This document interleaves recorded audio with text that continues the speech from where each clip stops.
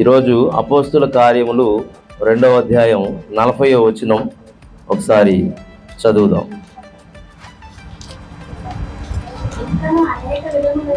ఇంకను అనేక విధములైన మాటలతో సాక్ష్యమిచ్చి మీరు మూర్ఖులకు ఈ తరము వారికి వేరై రక్షణ పొందుడని వారిని హెచ్చరించెను. కాబట్టి అతని వాక్యము అంగీకరించిన వారు బాప్తిస్మము పొందిరి. చాలు, చిన్న ప్రార్థన చేసుకుందాం. యేసయ్య, నీకు వందనాలు. ఈ మే మాసము, ఈ పునరుద్ధానము నీ రోజు ప్రభా, నీ శరీర రక్తము, నీ రొట్టెను ద్రాక్ష రసమును మేము భుజించునై ఉండగా హెచ్చరికగా మేము ఒక మాటను చదివాం ప్రభా. ఇదిగో నా తండ్రి, మీరు మాతో మాట్లాడండి. మా బ్రతుకులలో వెలుగును నింపే దేవుడు మీరు ప్రభా. ఈ లోకంలో చీకటిని ప్రారద్రోలుట కొరకు నీ వాక్యాన్ని మా మీదకు పంపించారు. మీకు వందనాలు స్వామి. ఈ పునరుద్ధాన దినం మేము ఈ హెచ్చరిక తీసుకొని చుండగా మీరు మాతో ఉండి మీ మహిమార్థమే నడిపించమని యేసు నామమున ముందుకు కొనసాగుచున్నాము తండ్రి. ఆమేన్. ఇక్కడ మనం చూస్తే 40వ వచనం చాలా చక్కగా, రక్షణ పొందుడని వారిని హెచ్చరించెను. 40 రక్షణ పొందుడి. మనం పోయిన వారం 42వ వచనంలో చూసాం. 42లో ఏం చూసాం? బోధ, సహవాసం, రొట్టె విరుచుట, ప్రార్థన ఎడతెగక ఉన్నారు వారు. ఈ సహవాసంలో, దేవుని మాటను నేర్చుకునే విషయంలో, నేర్పించే విషయంలో ప్రభువు మహిమార్థమే ముందుకు కొనసాగలిగినటువంటి హృదయం ఎవరికి ఉంటుందంటే రక్షణ పొందినవారు. ఇక కింద వాక్యాన్ని కూడా చదివారు, అది మనం వచ్చే నెలలో చదవచ్చులే అనుకున్నాం, అయినప్పటికీ పర్లేదు. రక్షణ పొందిన మనం దేవుని యొక్క కృపను, దేవుని యొక్క ప్రేమను మనలో ఉంచుకున్నాం. మానవులకు ఈ లోకంలో నుంచి ప్రత్యేకించబడ్డారు అనడానికి కారణం ఏంటంటే, క్రైస్తవులు అయ్యారు అనడానికి కారణం ఏంటంటే వారిలో ప్రార్థనా జీవితం ఉంటుంది. వారు ప్రార్థనా జీవితం ఉండడాన్ని బట్టి ఇప్పుడు మనం మధులత గారు చెప్పిన వాక్యం విన్నాం. ఆ వాక్యంలో పరిశుద్ధాత్మ మన మీదకి రావాలంటే, పరిశుద్ధాత్మను మనం పొందాలంటే క్రైస్తవులమైన మనం ప్రార్థనలో దేవుని యొక్క వాక్యం అనే సహవాసం, దేవుని వాక్యం ఒకవేళ చదవడం రాని వాళ్ళు విని ఆ విన్న మాటలని నెమర వేసుకుంటూ ఇతరులతో పంచుకోవడం. ప్రభు ఈ లోకంలో నన్ను ఈ 39 సంవత్సరాలు నా జీవితం, మా అమ్మ ఆమె 55 సంవత్సరాలు లేదా 54 సంవత్సరాలు, మా తమ్ముడు ఆ 38 సంవత్సరాలు, ఇంకా ఉన్న పిల్లలు, మా పిల్లలు వాళ్ళ 10 సంవత్సరాలు, వాళ్ళ 15 సంవత్సరాలు, వాళ్ళ 5 సంవత్సరాలు, అలా 8 సంవత్సరాలు, ఇక్కడ కుమార్ కూడా ఉన్నాడు 9 సంవత్సరాలు. సో అది యేసుక్రీస్తు ప్రభు ప్రతి పరిస్థితిలో కూడా మన జీవితాలలో మేలులే చేసే ఆయన చేస్తున్న మేలును తలుచుకుంటూ కృపాసనము వద్దకు వెళుతూ ఆయన దగ్గర మనం కృపను పొందుకునే వ్యక్తులంగా ఉండాలి. ఎందుకు ఉండాలి అని అంటే 40వ వచనంలోనే మనం చూసాం. ఇప్పుడు రక్షణ పొంది ఉన్న మనం ప్రత్యేకించబడిన వారము. రక్షణ పొందిన వ్యక్తే బాప్తిస్మాన్ని తీసుకుంటాడు. రక్షణ పొందిన వ్యక్తే బాప్తిస్మం తీసుకున్న వ్యక్తే దేవుని ఆలయంలో, దేవుని సన్నిధిలో మోకరించి చేతులు జోడించి ప్రార్థిస్తూ వారి పెదవులతో ఉచ్చరిస్తూ, ఇక్కడ మనం మాట్లాడుకున్నప్పుడు బూతులు ఆడకూడదు, చెడు మాటలు మాట్లాడకూడదు, దుర్వ్యసనాలకు లోనవ్వకూడదు, ఇట్లా చాలా రకరకాలు ఉంటాయి.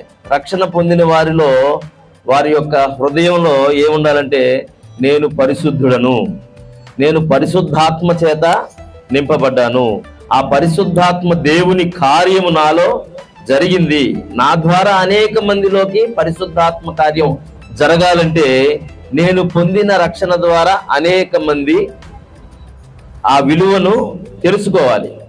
ఈమె రక్షించబడింది, ఈమె ప్రత్యేకమైన ఈవిడ అందరితో కలవదు, ఈవిడ ఏ మాటలు పడితే ఆ మాటలు వినదు, ఏ విషయాన్నైనా సరే దేవుని మాట చెప్తున్నప్పుడు ఆసక్తిగా ఏంటది, వేరే లోకపు ఆలోచనలు, లోకపు పోకడలు కనబడుతూ ఉంటే వాటి విషయాలలో ఆవిడ ఏమాత్రము చెవిని నిలుపదు.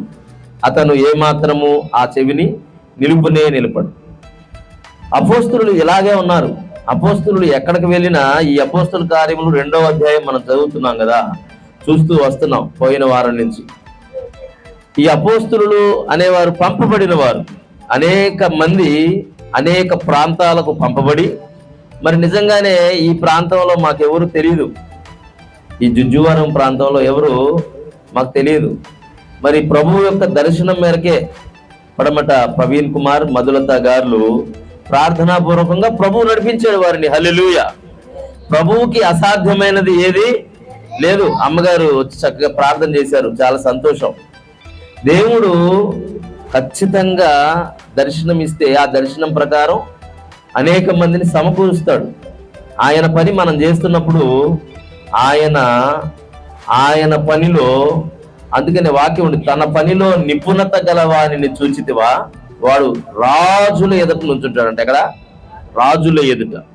క్రీస్తు యేసు కృపలో మనం ప్రతి పరిస్థితిలో కూడా దేవుని వాక్యాన్ని, యోహాను 8:8 ఉంటుంది కదా, అలాగే సంఖ్యాకాండం 6:4 వచనం, అలాగే నిర్గమకాండం 18:9, అలాగే ఆదికాండం 11:6, యెషయా గ్రంథం 49:2 వచనం, 6 వచనం, 9 వచనం. పరిశుద్ధాత్మ దేవుడు పరిశుద్ధ కార్యములు చేయడం కొరకు మన హృదయములలో ఆయన వసించి ఉంటారు. హల్లెలూయా. అందుకనే మనం ప్రతి పరిస్థితుల్లో ఎవరి వైపు చూడాలి? రక్షణ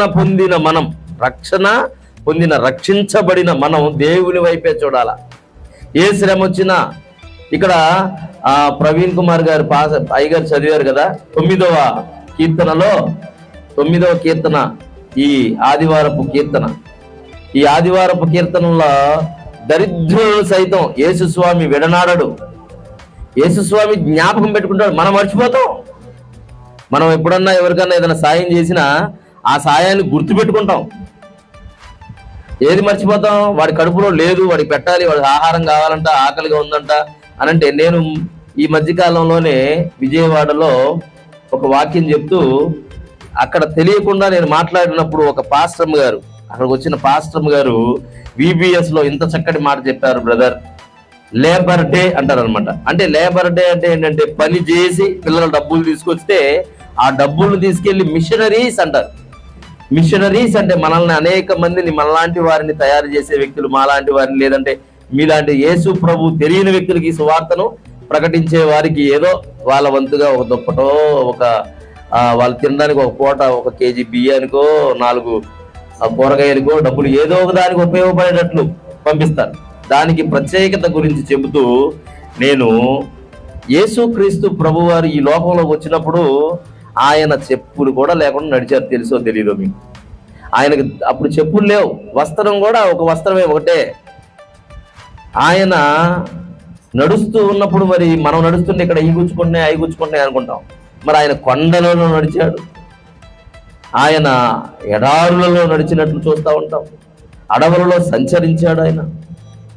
అటువంటి సమయాల్లో మరి ఎన్ని ముళ్ళు, ఎన్ని రాళ్ల దెబ్బలో మన దేవుడికి, నా దేవునికి. ప్రభువునందు ప్రియమైన వారలారా, మనకున్నది ఇతరులకు లేనిది. ఏమి గమనించాలి? ఇప్పుడు రక్షణ, నాకు రక్షణ ఉంది, వారికి రక్షణ లేదు. ప్రభు వారు కూడా రక్షించబడాలి. నాకు రక్షణ ఉంది, నా బిడ్డకు రక్షణ లేదు. ప్రభు నా బిడ్డ కూడా, నా కుమారుడు కూడా రక్షించబడాలి. మనం అదే విషయంలో ఏకాగ్రత కలిగి ప్రార్థన చేసినప్పుడు దేవుడు గొప్ప అద్భుతాలు చేస్తారు. 9:11 వచనం ఒకసారి చూడండి. కీర్తనలు 9:11. ఈరోజు ప్రవీణ్ కుమార్ గారు చదివినటువంటి వాక్య పఠనం మన కీర్తనల ధ్యానంలో ఆ 9వ కీర్తన, అది కీర్తించడం. అది మనం చేయాల్సింది ఏంటంటే పనులు. ఆయన క్రియలంటే ఏంటి? పనులు. క్రియలు లేని విశ్వాసం మృతము కలిగినటువంటి వ్యక్తులంగా మనం ఉండకూడదు. నేను దీనికి ఇంకొక వచనాన్ని వచ్చే నెలలో చూపిస్తా, జూన్ మాసంలో. మృతం అంటే ఏంటి, క్రియలంటే ఏంటి? యేసుక్రీస్తు ప్రభువారు ఆయన ఏం చేశాడు? ఆయన ప్రతి వ్యక్తిని ప్రేమించాడు. ఆయన పేదవారిని ప్రేమించాడు, దరిద్రంలో ఉన్న వారిని ప్రేమించాడు, ధనికులను ప్రేమించాడు, అందరినీ ఒకే ప్రేమతో ప్రేమించాడు. అందరి మీద ఒకేలాంటి హృదయాన్ని కలిగి ఉన్నాడు.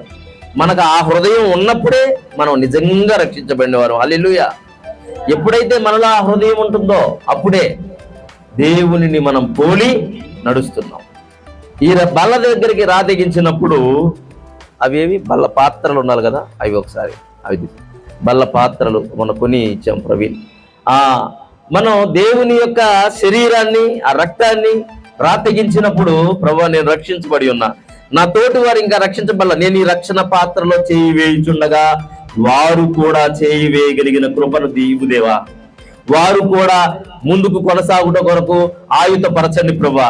ఆత్మీయ స్థాయిలో నేను ఎలా ఉన్నానో వాళ్ళు కూడా నాకన్నా గొప్ప వాళ్ళు అవడానికి వీల్లేదు ప్రభువా, నాకన్నా తక్కువలో ఉండాలి ప్రభువా.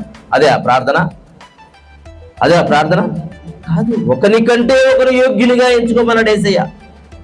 తనను తను తగ్గించుకుని వారు హెచ్చించబడును, తనను తను హెచ్చించుకున్నవాడు తగ్గించబడును. కాబట్టి క్రీస్తు యేసు ప్రేమలో మనం ఎప్పుడు కూడా ప్రేమ కలిగిన వారు అంటే మనం తగ్గించుకోవాలి. ప్రతి స్థాయిలో దీన స్థితికి వెళ్ళిపోవాలి. దేవుడు నిన్ను ఉన్నతమైన స్థితికి తీసుకెళ్తాడు. దేవుడు తన ఉన్నతమైన స్థితిని మనకు ఇవ్వాలంటే మనం ఆయనను గౌరవించాలి, ఆయన్ని హానర్ చేయాలి, గొప్ప చేయాలి. ఏ విధంగా? ఇప్పుడు చదివారు కదా వాక్యం, కీర్తించుచు స్తుతించుచు. క్రియలు లేని విశ్వాసం మృతం అన్నాం కదా. మృతం అంటే ఏంటి? ఆ మృతుడు ఏమవుతాడు? చచ్చిపోయినాడు ఎలా ఉంటాడు? కథల్లో మెదల్లో వాడిని ఏందేదో చేస్తాం మనం, స్నానాలు అంటాం, అయ్యి అంటాం, బట్టలు వేస్తాం, అయ్యి వేస్తాం, ఇవి వేస్తాం. వాడు ఎక్కడ పెట్టాడు, ఏ చెయ్యి ఎట్టేస్తే అటు పడిపోతాం. వాడు ముక్కులో ఏం కుప్తారు? దూరి పెట్టేస్తారు. వాడి కాళ్ళు అటు ఇటు వెళ్లకుండా తాళ్ళు పెట్టి కట్టేస్తారు. వాడిని మనం ఏం చేసినా, మృతమైన వాడిని ఏం చేసినా వాడు ఏం చేయలేడు, వినలేడు, చూడలేడు, మాట్లాడలేడు. దేవుని తెలుసుకున్నవాడైతే ఆ రాజ్యంలో చూస్తాం. దేవుని తెలుసుకున్నవాడు అయితే ఖచ్చితంగా దానిలో మారు మనసు లేకపోతే, రక్షణ లేకపోతే, బాప్తిజం లేకపోతే, రొట్టె విరుచుటలో ఆయన యొక్క శరీరాన్ని, ఆయన యొక్క రక్తాన్ని పారము చేయకుండా ఉంటే ఖచ్చితంగా పరలోక రాజ్య వ్యాప్తి లేనే లేదు.